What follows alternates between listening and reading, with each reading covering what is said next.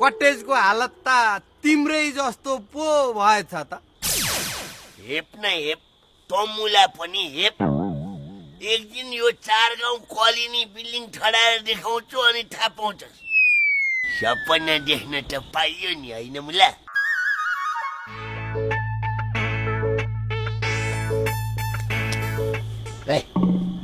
बरु यसो गर्छ भोकले यहाँ मर्नु लागि म माथि होटेलमा गएर मारी भात खानु पर्यो। बुढा 200 भए निकालिहाल्छले। म यहाँ अफिसबाट कल गरेको। एकदमसँगले के थियो होला लु भनौँ त। भोलि समय छ कि छैन होला? भोलि त म खाली नै छु, कता गइदिनु पर्ने हो। लु सिधा सिधा भनिहालौँ त, त्यही डेटिङै जानु पर्ने त होला नि। अहिले तेरामा डेटिङ देखाउँछु।